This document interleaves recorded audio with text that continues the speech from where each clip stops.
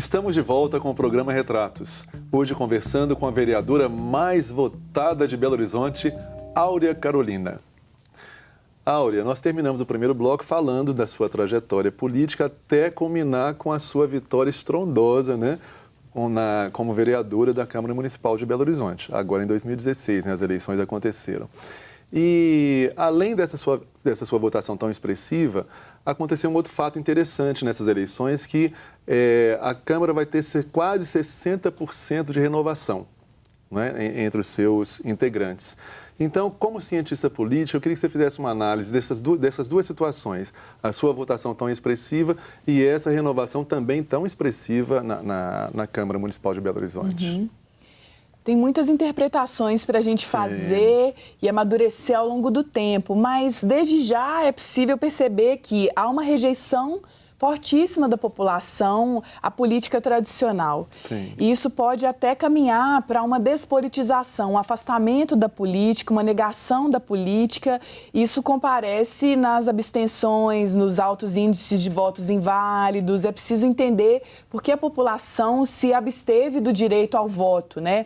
Acho que tem uma recusa desse modelo de política e uma indisposição de participar da política nesses moldes. Inclusive, teve um episódio que algumas capitais, no caso das eleições para prefeitos, o vencedor não foi nenhum nem outro candidato, foram os votos em brancos ou nulos. Exato, né? E as abstenções. E as abstenções. O que é um sintoma grave de como há um descolamento da população e o sistema político. Sem dúvida.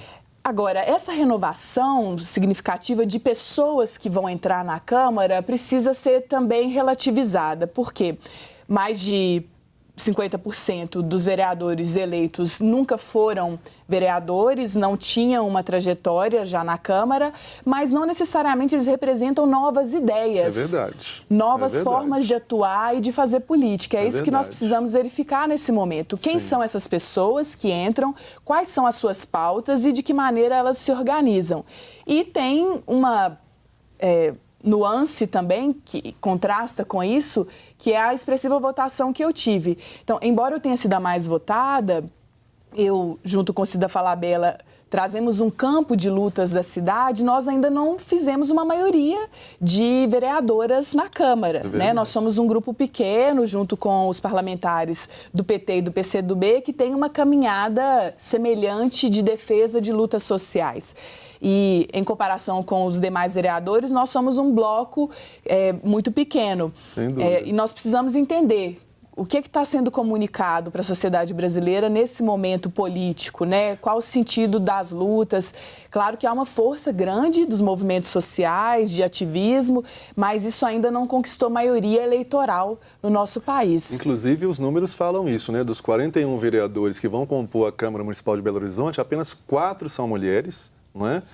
E aqueles representantes de esquerda são minoria nesse processo, o que vai gerar uma dificuldade muito grande para que essas ideias mais, digamos, mais arrojadas, né, arejadas, possam vingar lá. Aproveitando essa questão que você colocou, como é que você avalia esse quadro lá dentro da Câmara e como que vocês pretendem atuar para poder ouvir a voz de vocês e a parcela da sociedade que vocês representam? Sim.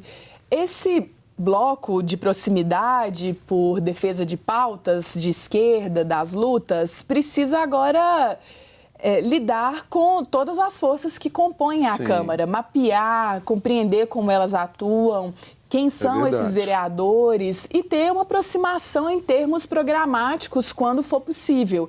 Então, eu defendendo os direitos das mulheres, eu acredito que as outras 2 vereadoras, além da Cida, estejam dispostas também a avançar nessa construção, né? A nossa intenção é ter um diálogo muito favorável com essas vereadoras. E assim pode valer para outras pautas urgentes da cidade. Eu acho que o mais importante é defender conquistas para a população, independentemente de qual partido, de qual afiliação ideológica, digamos assim. Nesses momentos, o que está em jogo é a chance de melhorar as condições de vida das pessoas. Sim. E que o interesse público esteja acima do interesse particular. Exatamente. Né? E nós vamos fazer a defesa das ideias que nós defendemos, nós acreditamos, Sim. né? Por falar nisso, você está no seu primeiro mandato como vereadora. Quais são as suas principais propostas para a cidade, né, dentro do âmbito da atuação de vocês? E complementando essa pergunta, você já declarou que o seu mandato será por nenhum direito a menos. Então, o que significa isso? Sim.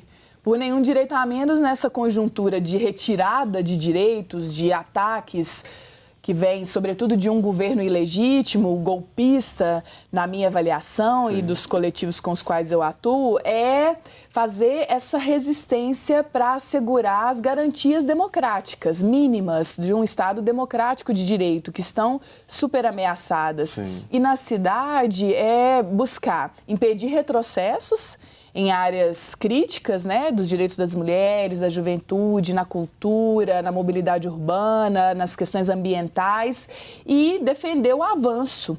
Por isso que na campanha eu trouxe, sobretudo, uma agenda voltada ao empoderamento das mulheres, Sim. à promoção da igualdade racial, para que pessoas negras sejam incluídas em todas as áreas, para que haja ações afirmativas nesse sentido.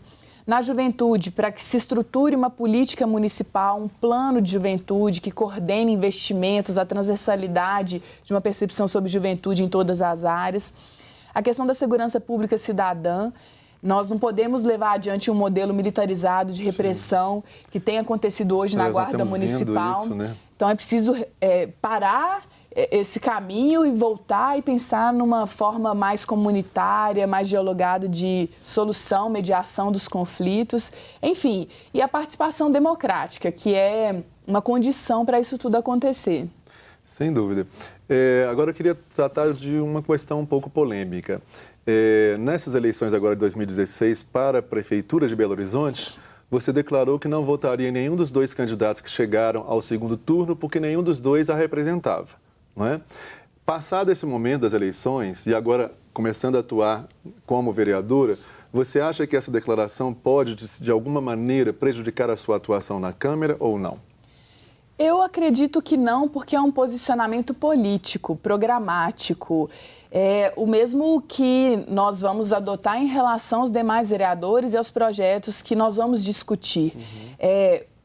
Nós temos uma posição construída junto com a cidade, com diversas lutas, e é isso que deve prevalecer na nossa forma de dialogar. Sim. E é importante posicionar que tanto o candidato João Leite quanto o Calil, que foi eleito prefeito, não representavam esse conjunto de elaboração de causas da cidade com as quais nós atuamos, para que já tenha desde já uma compreensão de onde nós partimos, né? Mas Sim. o importante é uma postura dialógica, republicana, Sim, de construção coletiva. Em alguns momentos nós vamos discordar por concepção, em outros momentos nós podemos concordar e construir juntos. É isso que é o importante. Sem dúvida. Uma outra questão polêmica, né, que envolve declarações suas, ela se refere ao fato de que você diz que um dos seus projetos, né, quando você já estiver atuando na Câmara, vai ser pedir a redução dos salários dos vereadores, né? Você, inclusive, já registrou em cartório um documento em que você vai repassar parte do seu salário para essas ações, né, essas lutas que você já vem empreendendo com os movimentos sociais há tantos anos. Você acredita que esse projeto tem condições de ser aprovado na Câmara, uma vez que ele reduz os salários e os interesses dos próprios vereadores? Se você acredita, que tipo de estratégia você pretende usar para poder convencê-los? Essa é uma proposta que as muitas pela cidade que queremos, aquela movimentação Sim. que construiu as candidaturas dentro do PSOL, trouxeram por compreender que a política não pode ser um espaço de privilégios e não pode ser uma realidade tão distante da maioria da população. Cida Falabella e eu firmamos esse compromisso público de reduzir os nossos salários e doar parte dos nossos salários para essas iniciativas sociais. E a gente vai construir formas de fazer isso com publicidade e transparência. E na Câmara, é um debate que nós queremos propor, sim. Existe um trâmite específico, porque esse tipo de medida deveria partir da mesa diretora, então há uma negociação a ser feita, mas o que nós valorizamos mais é o debate, para que a sociedade se engaje nisso também. É justo que um vereador receba um salário da ordem de R$15 mil em Belo Horizonte, sendo que a maioria da população tem que se virar com salários muito baixos? Nessa conjuntura de crise econômica, é justo, é justificável, é decente que seja assim? Então, é um debate que a gente quer construir. E, para além disso, não é o nosso foco principal de atuação, nós estamos aí para defender causas imensas, né? Vários enfrentamentos pela frente, mas é para trazer mesmo essa reflexão sobre qual é o sentido de fazer a política institucional e como é que a cidadania comum pode se engajar nisso e o compromisso de que vereadores sejam próximos da população. Sem dúvida, pelo menos a reflexão tem que acontecer, não é?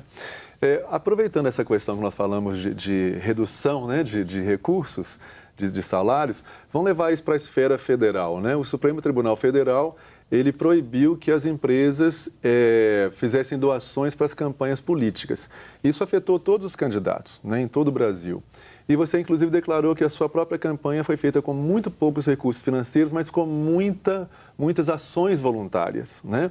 Então, eu queria saber quais foram as estratégias que você usou para poder conquistar o seu eleitorado. Sim, a minha campanha, assim como a de Cida, vieram de uma construção coletiva com várias forças da cidade. A partir das muitas, nós convocamos colaboradores e colaboradoras que trouxeram suas experiências de trabalho em comunicação, em mobilização social, na produção de mídia.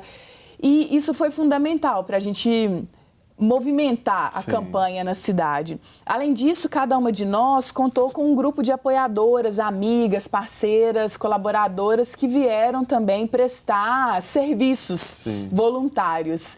E acreditando na proposta de vocês, acreditando. Né? Tinha um grupo de amigas próximas a mim que cuidaram da minha comunicação, que me ajudaram na produção de identidade visual, de vídeos. E isso tudo foi contabilizado como recurso de valor estimado.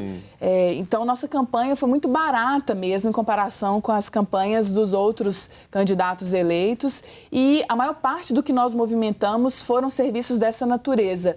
E o pouco que nós arrecadamos em termos financeiros serviu mais para a produção de material gráfico, para pagar serviços de assessoria contábil, jurídica, porque isso a gente não conseguiu fazer inteiramente de forma voluntária. Então, vocês mostraram a força do voluntariado aí nessa questão, né? Sim. E eu acho que é um sinal importante para a sociedade, né? De que a população pode construir também as suas candidaturas. Viabilizar essas candidaturas politicamente. Tem todo um trabalho, um pensamento aí de comunicação, de atuação de ponta com as pessoas que deu muito certo. Que maravilha. Querido, nós vamos interromper mais uma vez nossa conversa para um breve intervalo, mas não saiam daí que nós temos muito ainda a falar com essa nossa vereadora, a Áurea Carolina, que foi a mais votada nas eleições de 2016 aqui em Belo Horizonte. A gente volta já já.